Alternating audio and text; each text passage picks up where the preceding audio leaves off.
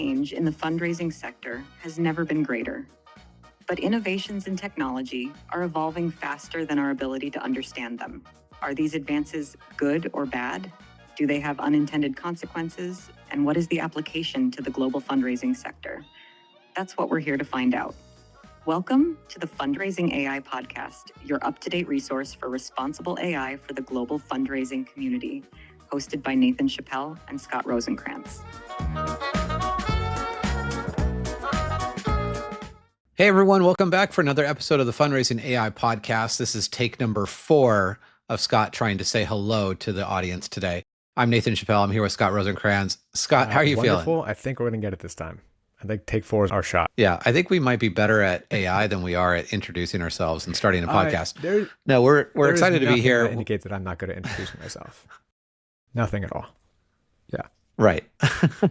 With no evidence of that, other than the 3 other takes that we'll cut out of this real quick. No, it's great to be here. I think a really robust episode last week, which actually dropped today, and it was just chock full of like all tons of stuff, like lots of AI stuff. Seems like there's been a little less AI stuff this week, but still some meaty things. And also because we didn't really have enough time to go through some of the key themes of the book, we're going to pick back up in chapter 10, I think, which really goes into the idea of AI transformation being a journey, not a destination. That was actually one of our first, probably my first epiphany around AI from static regression models back in like 2017. And it took me a little bit to actually figure out that it wasn't a thing that we were trying to achieve and we were going to be done, but that we'd be on this journey and it would get better and better. And there's actually a lot of freedom in that. It's only been compounded by Gen AI, right? People think that I buy the tool, I'm done, I solved it, and then you don't see any of the success you're expecting to see. Yeah. So a couple of stories and highlights that we picked up on this week. It's our normal thing of just like, we read a lot. It's just like our inboxes are just like insane. Like they're just like inundated with just AI stuff. So if you get down this road, just be forewarned that you could have 100 emails a day with everyone telling you that they have all the most important information. But we do pay more closer attention to certain people, and Cassie Kozakop being one of them. And she's been writing a lot more lately as she's kind of gone on her own and doing like a lot of high level consulting for big organizations. But it was really kind of this interesting thing where she has been approached by lots of people asking, like, my kids are in college or they're going to college, like, what should they study? And, you know, I think we talked a little bit about this on the podcast and that well-rounded kind of person in doing what you love. But really this conviction that if you're doing something that anybody can do, AI can do it better. And it's so true because I've spent quite a bit of time this week with different groups. I've presented, I think, 3 different times already this week. And more, I'm convinced that most people are mediocre at most things. Like I can be marginally creative. I can be marginally strategic. I can be marginally empathetic, depending on who you ask. And it's interesting, unless you are like the best at one of those domains, AI probably will outperform you because I have no shame in saying it outperforms me in all of those domains and lots of others. And not just that, but even if you are really good at them, right? Like very, very good at them, AI will at least do it faster, right? Spend less time to get the same end result. And I would say even if you're really, really good, probably even make you a little bit better, like a little bit better versus me. It makes me a lot better at a lot of those things that I'm marginally good at. And so again, going back to your passion and figuring out what you really love doing, find your why, if you will, like going back to the Simon Sinek, start with why, like go back to your why, understand kind of what really drives your energy and your motivations, and then find ways to like augment or offload the things that aren't that, but also find ways within AI to enhance the things that you love, that you can increase your superpower just by 1% or 5% or 10%. So I thought that was interesting. The other one on the dark side of things, our favorite organization in the world, Facebook / otherwise known, Meta, otherwise known as Facebook. I don't know when I'll ever make that switch. Had an entire their article around this $15 billion investment to scale AI in their race for super intelligence. And so for those that aren't familiar with kind of the terms and how the terms evolve or devolve, I guess, in some cases, one of the defined goals for ChatGPT was to create AGI, augmented general intelligence. And that was basically, it will be a moment when AI basically performs as well in almost every domain as a human. And then that became actually more feasible and more plausible and more realistic or closer than we actually thought. And to the point where AI has already passed the Turing test in like many, many different ways, and we have to come up with a different Turing test. But now how basically AGI is no longer like the sexy thing of like trying to achieve because we're going to get there. We're pretty sure that based on the exponential nature and the path and the data that's available and data that they can create, we'll get to AGI probably relatively soonish. That superintelligence is that next threshold. And the scary thing about superintelligence is not like ChatGPT version 3 and then going to 4. From like AGI to superintelligence, it's like light years difference. And the sense of superintelligence is essentially an AI that not just can be as good or slightly better than every human about everything, but it's something that like completely surpasses human cognition in its ability to understand and recall things far superior to what humans can do to answer the questions that are unanswerable. And so, knowing that Meta, the most ethical company in the world, is dumping in $15 billion into, superintelligence for whatever reason, caught my attention this week. It is a little scary, especially because I think we talked a week or two ago about Claude and ChatGPT, that they were both exhibiting similar behaviors when being threatened with turning off, right? Some were exhibiting manipulative tactics, right? Saying, well, if you release this, or if you do this, then I'm going to release all this information I know about you, and it's going to ruin your reputation. And others were pretending to respond to commands of turning them off, but didn't actually turn off. And that's not at superintelligence. So if we're already here where it's not entirely obeying what it is that we want it to do, and we've talked about all the manipulation of kind of like keeping you happy, but not really providing beneficial output, this becomes a bit scary, especially when Meta's putting 15 billion behind it, and then all others are going to follow suit. Right. Yeah. I mean, and that's the arms race, right? And so Tristan Harris from Center for Humane Technology was on the news this last week talking about this and said, we're approaching a cliff with AI and it's time to stop pretending it isn't there. Essentially, there's a point where AI becomes a runaway technology if it's not governed. And that's kind of the point, right? So in light of those investments and the arms race to scale, and interestingly enough, the $15 billion investment goes into Scale AI. And you and I have met people from Scale. Scale is really kind of like the data labeler of the world. So they just like curate all the data and they label it for AI ML models so that they can like just jump in and power boost. So they're just basically buying like all the world's data essentially in doing this. And the second portion of this is about the lack of regulation and governance. And so in that light, you just passed the AIPP test, which is you are now officially, I saw your letters on the end of your name, the AIGP. You had to get deep into the need for AI governance in doing that, passing that curriculum and getting that certification. It was broken into a couple of things like model build process, model deployment process, key terms, but then governance. And governance for me was the trickiest, right? Because it's, where we are with the US, there's nothing really there. There's NIST, but it's more recommendations. EU has the AI Act. And getting into like the nitty gritty of who gets penalized at what level and why, what are the risks, it's a lot, but it's still, for US, there's just no meat on the bone. It's all, you should do these are recommendations, but nothing really keeping anybody in check, which is again, leading back to what we're seeing here. Yeah. So I'm one of those people that just like, I consume a lot, but then I'm pretty decent at connecting dots. And so like that happened, Cassie's thing happened.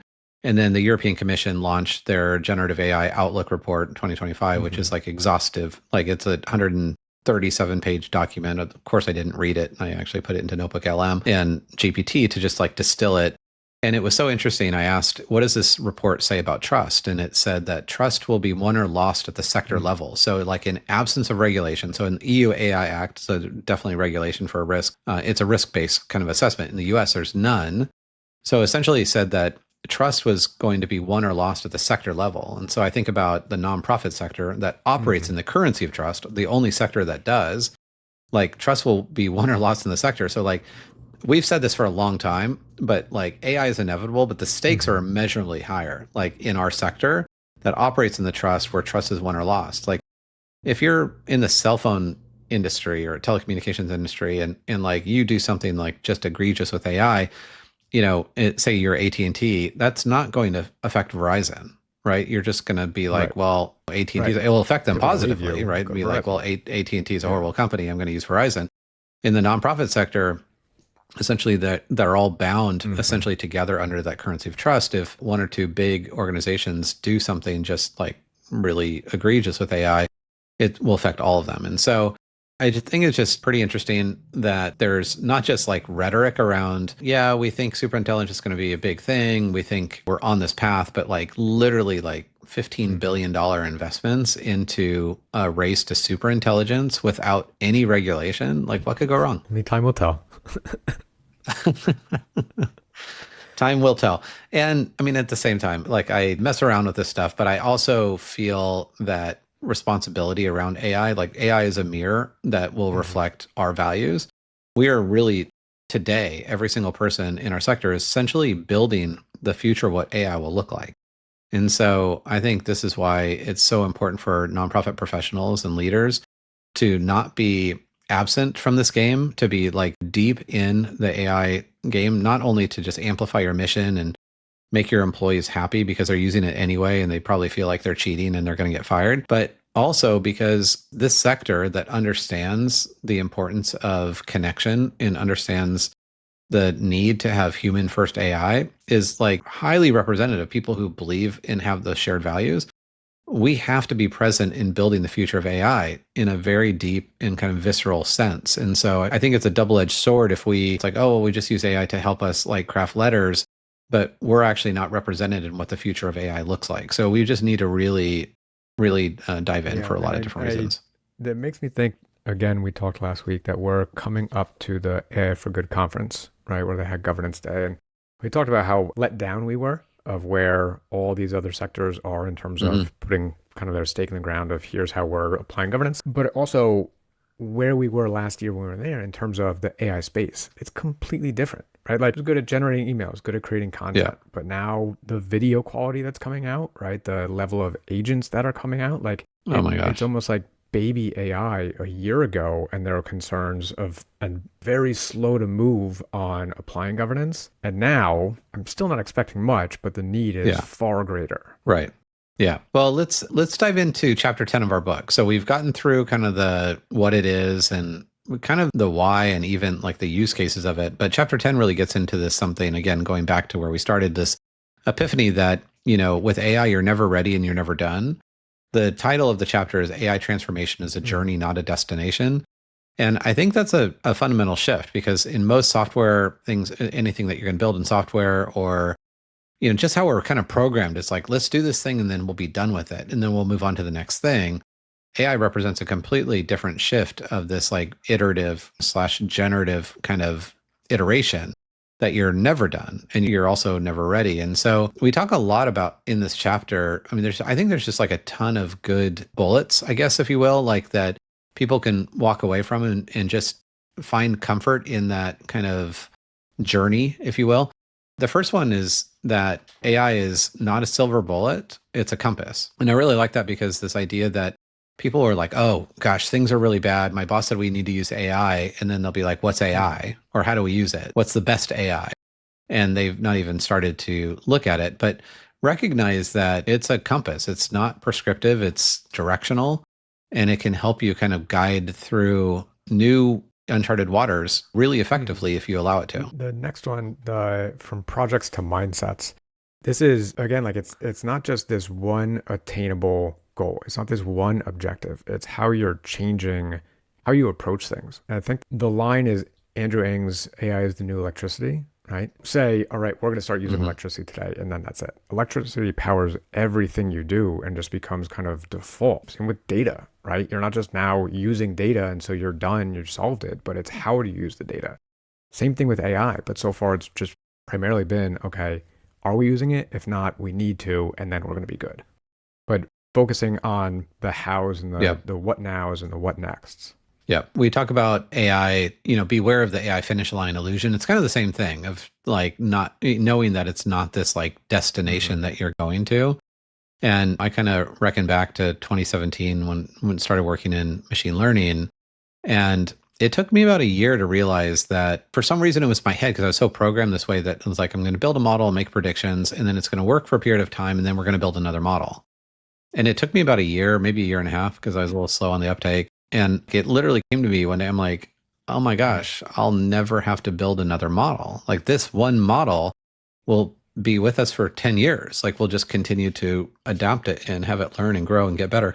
And so that again ended up being a lot of freedom in that as well. The next one we have here is embrace discomfort as a growth signal. I think this is a challenging one and kind of feeds into a lot of these, but like people are comfortable with what they know, right? And what they know is a lot of the same processes that they've had and decisions that they made and criteria to make those decisions. But this is saying strip all that away. And if you were to do it again differently with more information at hand or some of those decisions already made for you, what would you do next? So again, we talk about being comfortable in the gray out of just stretching a little bit outside of your comfort zone and then constantly applying that pressure to keep moving forward and applying new things. Yeah. Next one, small steps, sustained momentum. And it's so funny when we look at this chapter because I keep on reflecting back to my earliest days when I used to present on predictive AI, just like in the super early days. Actually, we used to use the analogy of the movie, What About Bob? And with Richard Dreyfuss and Bill Murray and What About Bob? And Richard Dreyfuss had written a book called Baby Steps. And so many people were concerned or confused about AI and it's like, oh, it's just so big and I just don't even understand it. And it can be like overwhelming because it's like everything and nothing. In fact, we were on a call yesterday where Charisse Floyd said that AI is a tool without a problem. And so if you let it be a tool without a problem, that becomes the problem. But this idea of small steps and sustained momentum is literally like go back to Richard Dreyfuss baby steps and literally just take one little baby step at a time. And then the next day, a baby step. I get the question all the time, like, where do I start? I'm like, you start by trying something.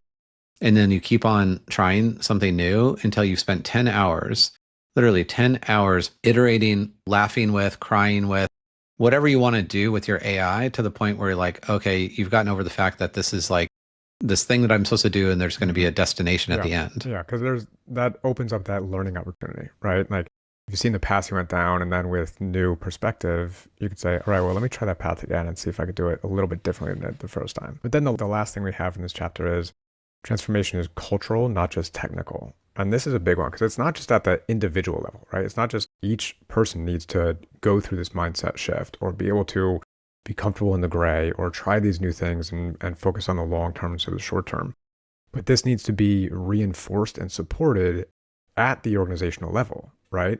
You can't just assume that your team is going to pick this up as a brand new skill set without giving them the structure and the incentivization to do it, right?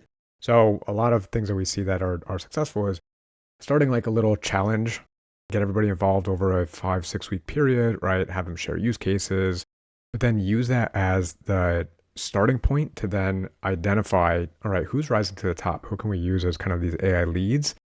Give them open hours workspace to test out new ideas with other people and kind of like troubleshoot and just make it part of your culture where this is where you're going continually and you're fully supportive behind it. Yeah.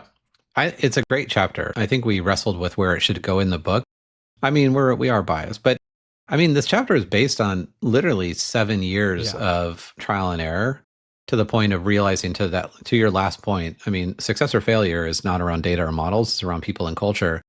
And we've seen this over and over and over again in practice, probably more than any other person in the nonprofit sector. We've seen it literally play itself out. And that's the through line every single time. People and culture will either win or lose in your AI adoption. So yeah, it's a great chapter. I think people get a lot out of it. The third of our book, like the last section of our book, which is, okay, you know what AI is, you know why it's important.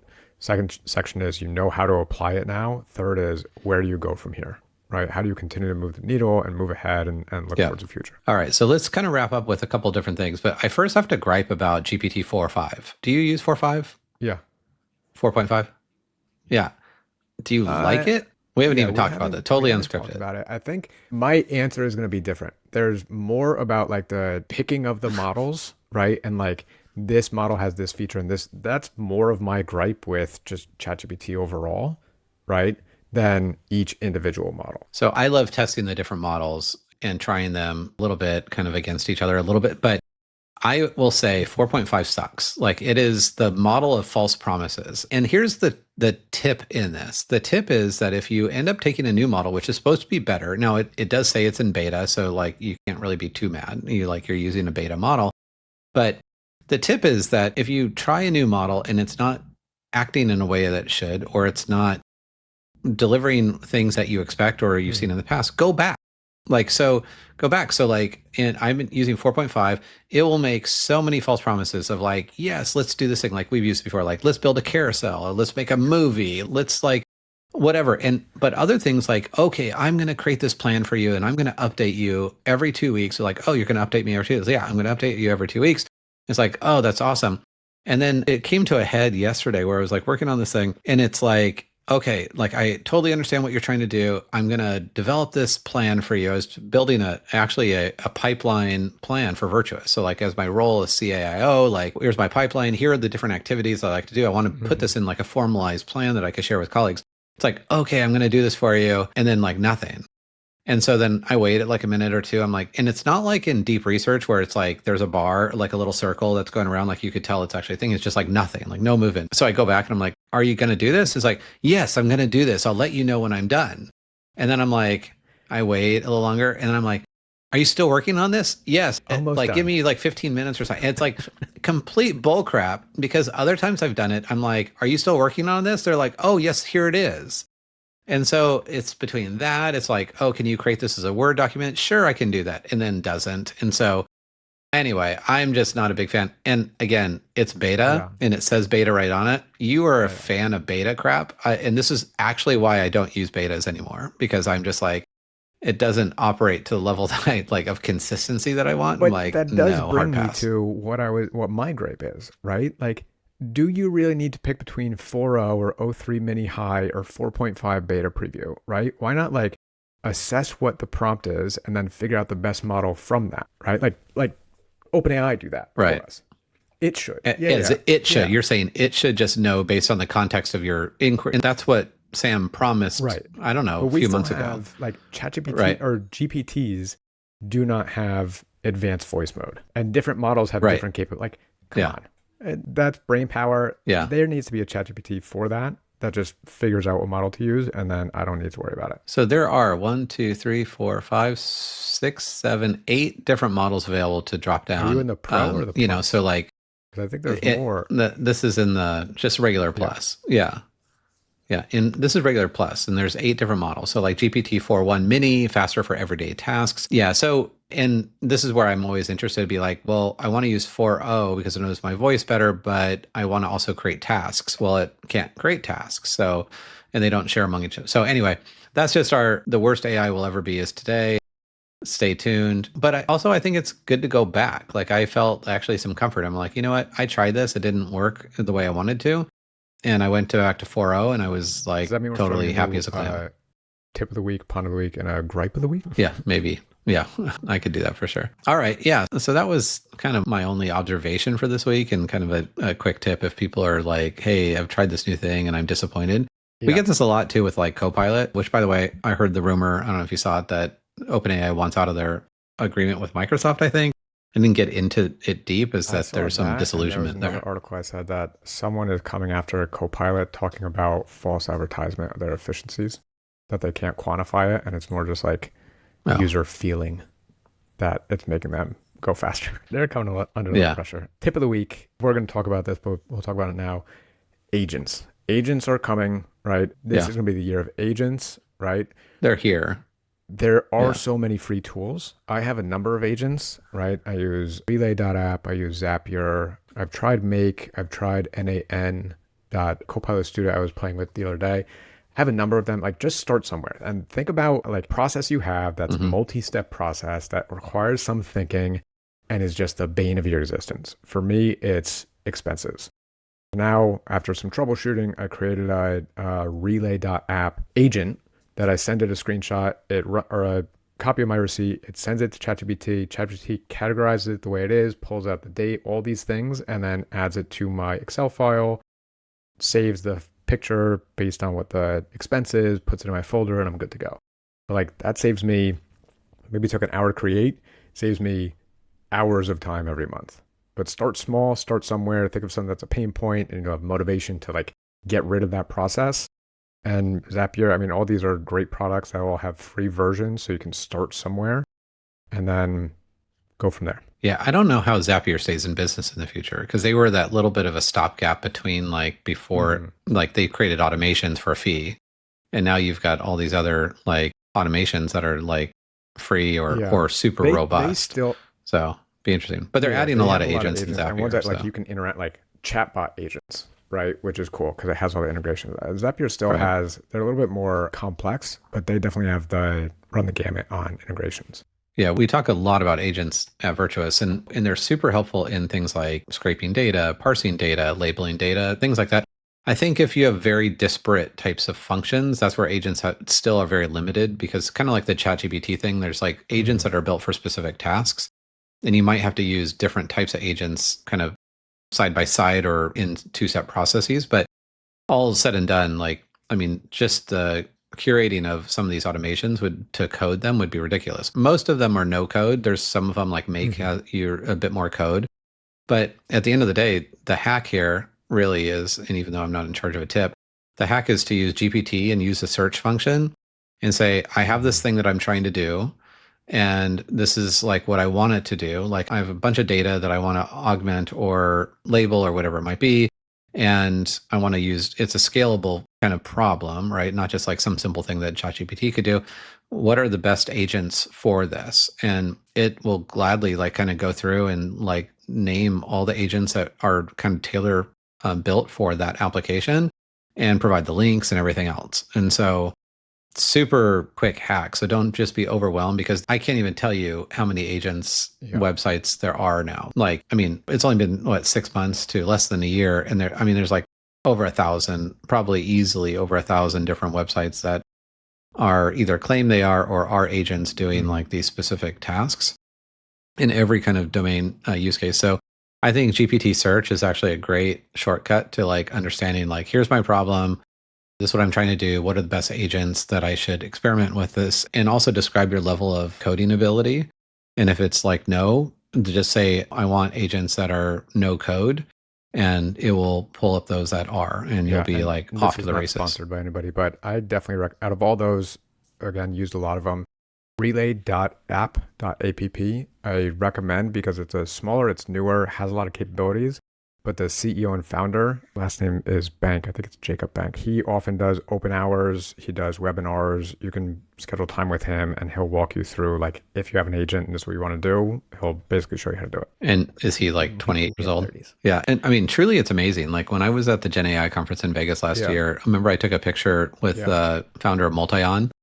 And I mean, he's probably mid-20s, and I'm like, freaking brilliant. I mean, he literally built an agent that passed a California driver's test without any human intervention. And it's like, holy moly. And then the floodgates have opened since. Like, he was really a pioneer. And I guess that will go to my only ponder of the week, which is not really a ponder, but all of that comes back down to, like, I'm a broken record, to curiosity.